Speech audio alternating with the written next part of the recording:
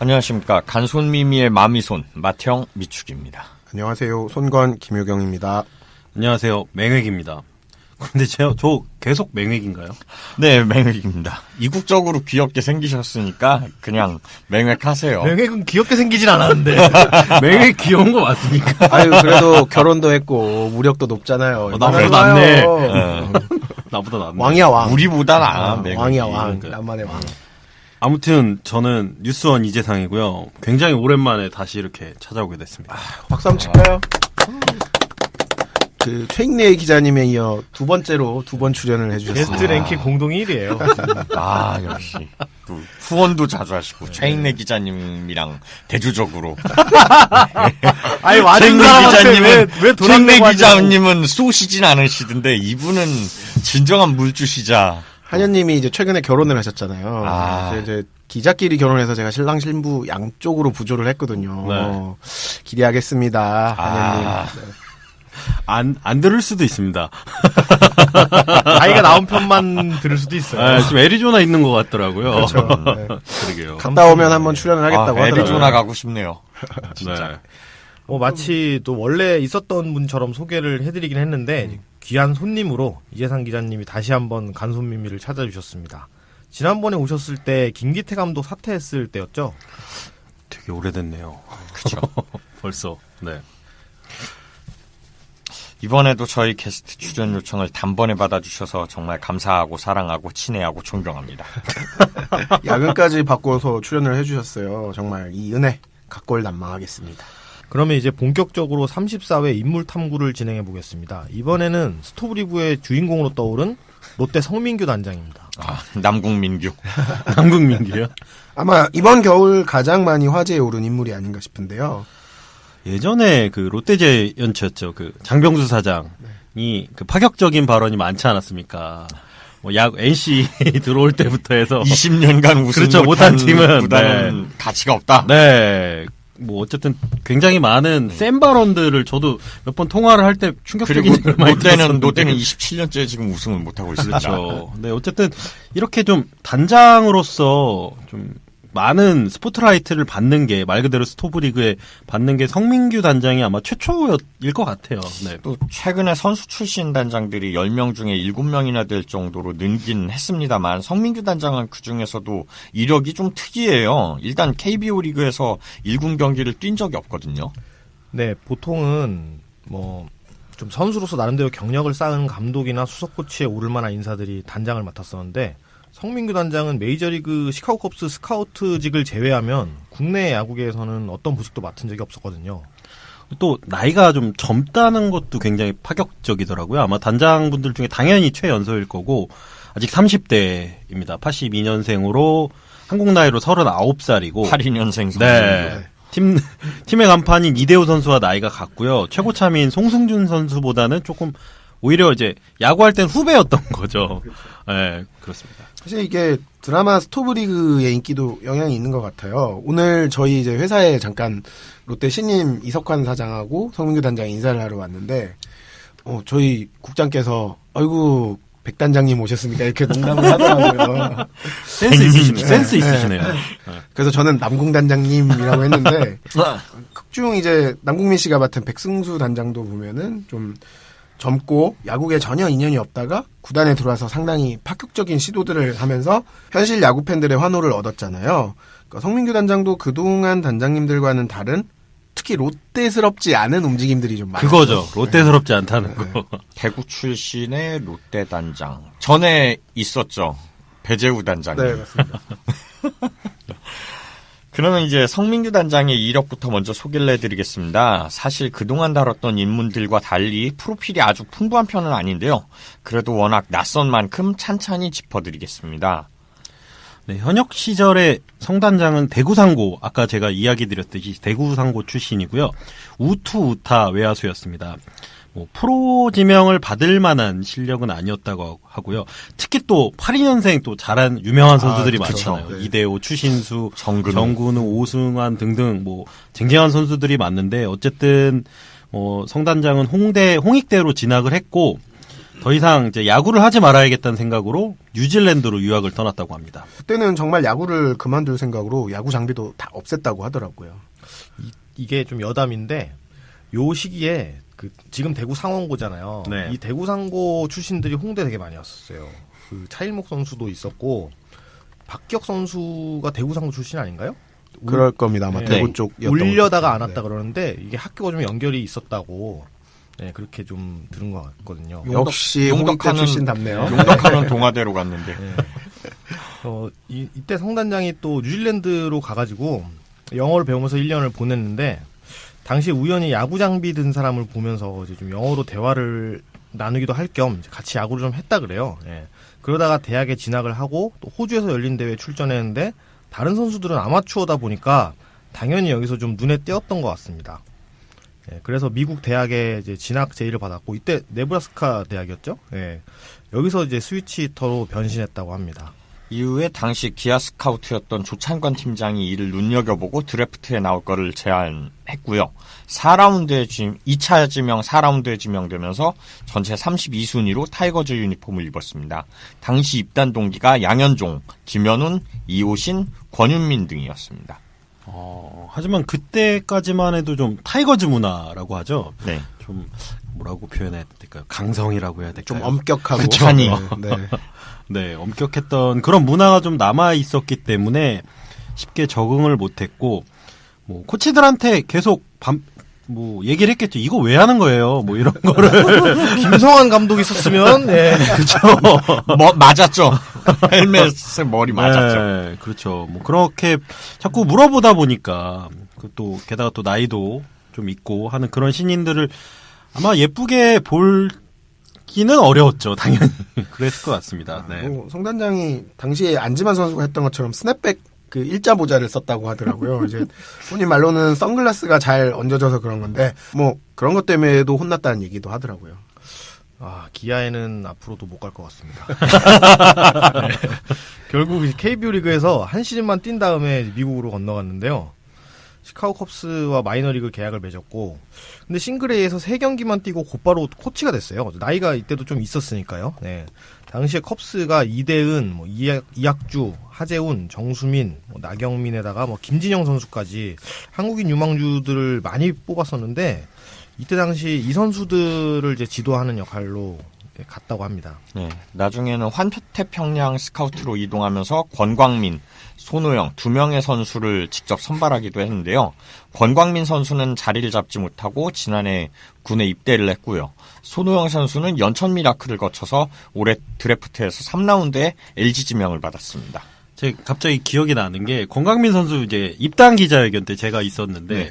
그때 이제 모 기자분과 약간의 언쟁을 벌이던 D일보. 그렇죠. 네. D일보 H모 선배님. H모 네, 선배께서 이렇게 아마추어 그러니까 그 미국에 진출한 선수 중에 성공 사례가 없다.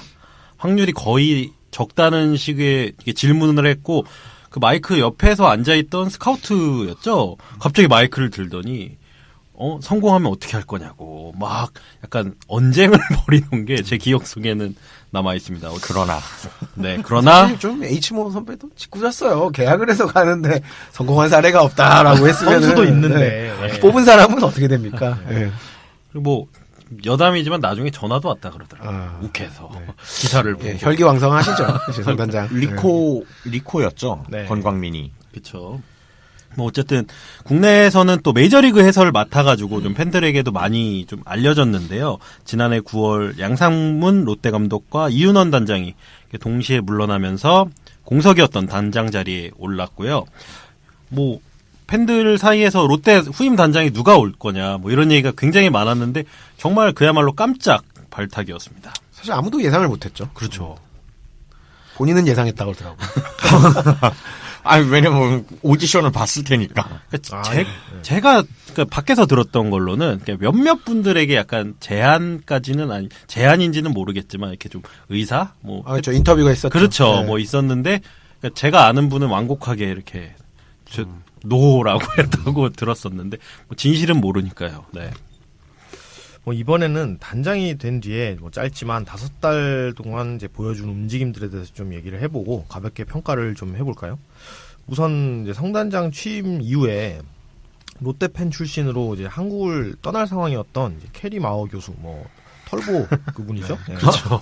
털보. 네. 그분을 이제 구단 직원으로 채용했습니다. 이제 또 별건 아니지만 또 그동안 이제 롯데가 팬들의 목소리에 둔감했던 걸 감안하면 조금 놀라운 일이기도 했습니다. 무슨 보직으로 채용? 뭐 현재로서는 외국인 담당 그리고 네. 홍보 관련해서 일을 맡을 거라고 네. 하네요. 한국말을 잘하시고요. 전혀 못합니다. 그래서 공부를 근데 하겠다고 왜- 하십니다. 그러니까 외국인들 생활을 네, 그런 그동안 거. 적응을 많이 도와줬었거든요. 레일리나 린드블럼 선수 아마 그런 가족들이 이제 원정을 가면 같이 가고 뭐 2군에도 코치들이 외국인 코치들이 있잖아요. 아, 베이비시터나 이런. 네, 뭐 베이비시터. 그렇죠. 사실 사실상 이게 버틀러로 들어온 네. 거야. 버틀러. 아, 네. 그러네. 네. 뭐 대단한 건 아니에요. 근데 맞아요. 롯데니까 놀라운 거죠. 이게. 그렇죠. 롯데는 네 그런 거 해도 뭐 어쩔 수 없이 저희 뭐 그때 기사 쓰지 않으셨었나요? 제가 썼죠, 네. 그렇죠. 제 기억에도 저도 캐리 놀랐어요. 마오 버틀러. 아, 기사를 쓰고 반응을 했다는 것 자체가 굉장히 쇼킹했었던. 네, 그렇습니다. 그리고 인적 쇄신도 조금 놀라운 편이에요. 이제 시카고 컵스의 트레이닝 코치였던 허재혁 코치를 데리고 왔고요. 스포츠 사이언스 팀인가? 뭐 이름이 네, 그렇게 맞습니다. 만들었더라고요. 네. 그리고 팬그래프닷컴 디애슬리틱 필진으로 활동했던 김성민 씨를 이제 통계 칼럼니스트로 들어왔습니다. 이분이 스토브리그네. 그러면은 스토브리그의 배경수 같은. 그렇죠. 로빈슨. 아, 네. 로빈슨.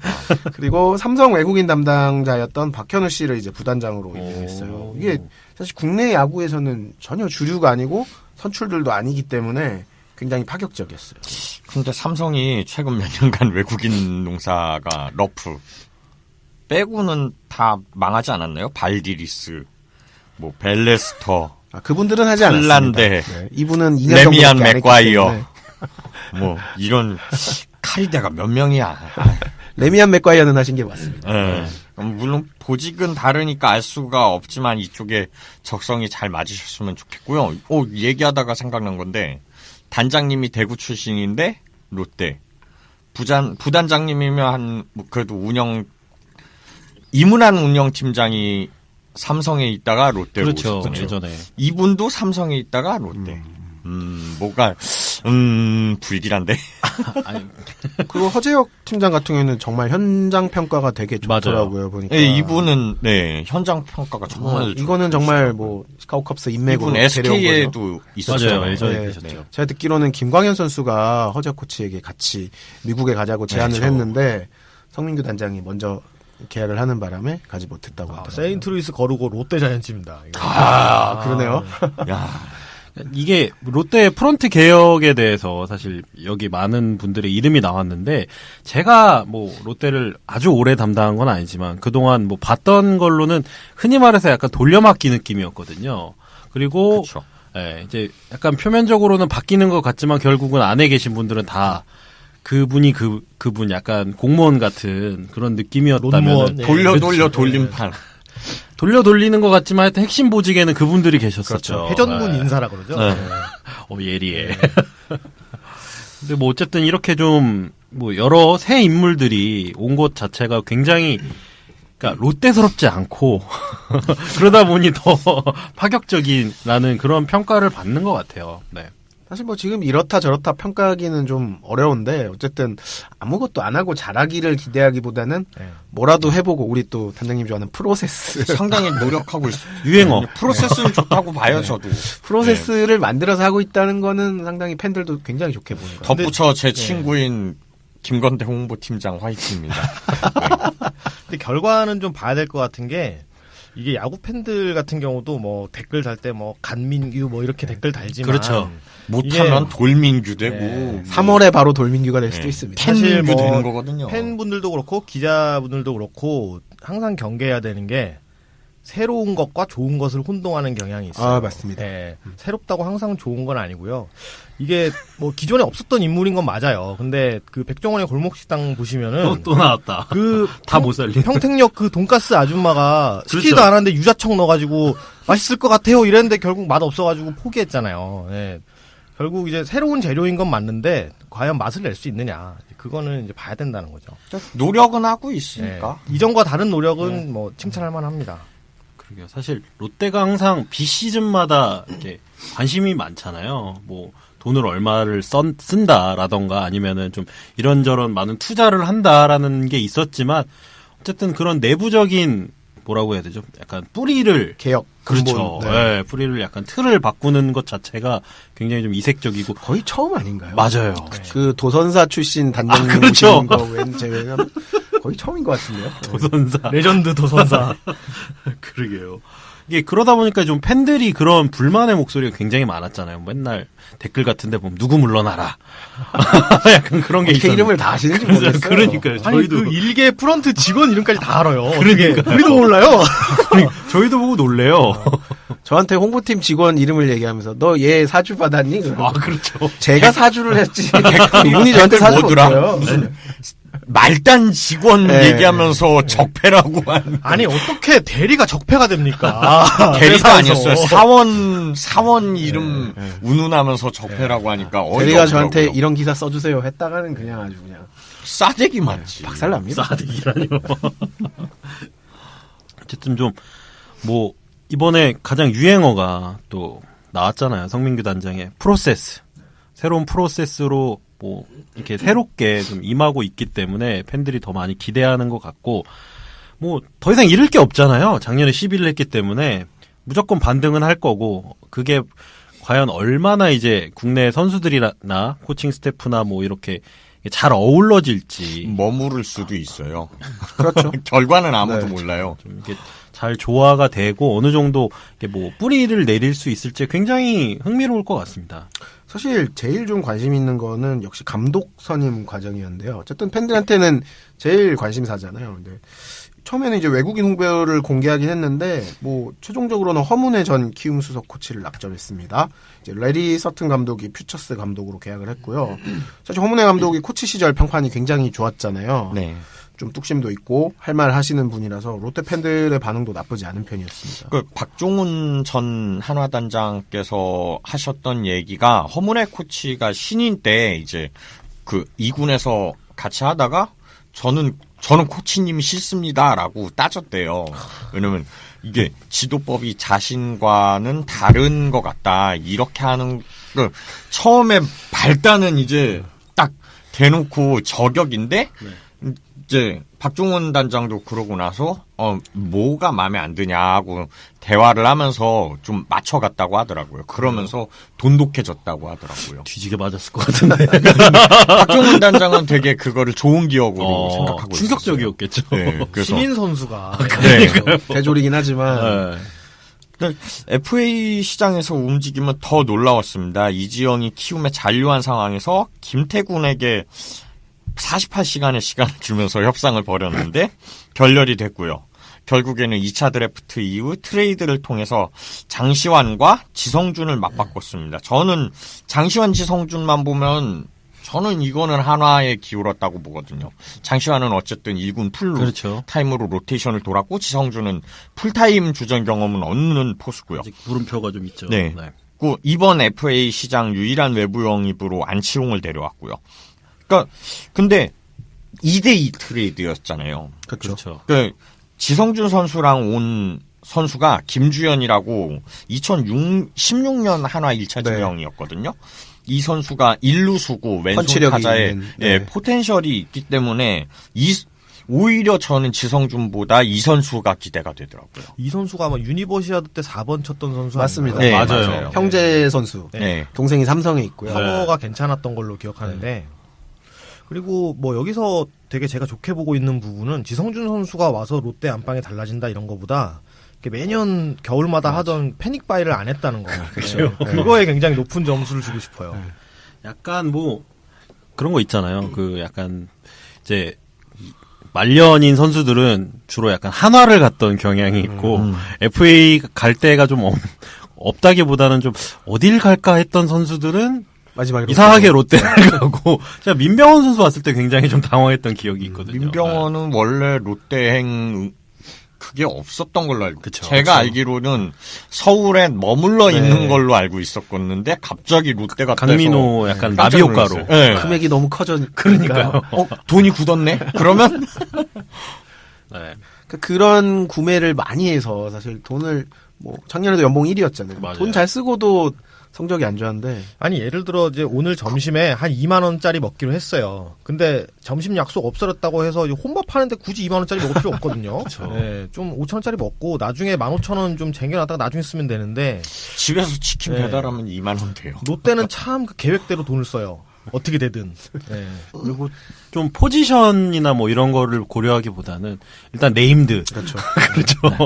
뭐 내가 그러다 이렇게 썼다. 그러다 보니까 좀 네, 여러 포지션이 겹치는 경우도 있었고요. 네. 네, 이제 오프 시즌 코칭 스태프나 선수단 구성에 대해서 좀 간략하게 또 얘기를 해볼까요? 뭐 짤막하게 한 마디씩만 하시죠. 뭐 일단 저는 사실 투수가 급한데 뭐 매물이 없었고 사실 요즘엔 또 다들 트레이드하면 투수 원하잖아요. 그렇죠. 그래서 나름대로 선방했다. 이 정도인 것 같습니다. 저는 투수가 필요해요. 투수는 많으면 많을수록 좋으니까 나종덕 선수를 투수로. 네? 갑자기 이제 빵 터졌어요. 아, 뭐라고요? 농담입니다. 농담이고, 예, 나종덕 선수가 경쟁 속에 좋은 포수가 되었으면 합니다. 저는 약간 아쉬운 게 롯데가 불펜이 좀 약한 편인데 그에 대한 좀 보강이 많이 아직은 부족하지 않을까 또 여러 가지 이게 항상 뭐 타선보다는 이게 수비나 이런 마운드 불펜이 좀 강한 팀들이 정규 리그를 하면은 좀 강한데 그런 부분에서는 크게 보완된 게 뭐 제대한 선수들이 좀 있어요. 김희영 선수라든가 좀 있지만 그런 부분에 있어서는 여전히 조금은 아쉽다. 좀 그렇게 좀 얘기를 하고 싶습니다. 저는 주어진 여건 안에서 뭐 잘했다고 생각합니다. 뭐 대세를 바꿀 정도는 안 돼요. 근데 롯데가 당장 2020년에 우승을 하겠다는 팀은 아니니까 이 성민규 단장의 임기 안에 2년 3년 정도 이제 한 계단 한 계단 올라가는 걸로 따진다면 뭐 굉장히 좋은 오프 시즌을 보낸 것 같습니다.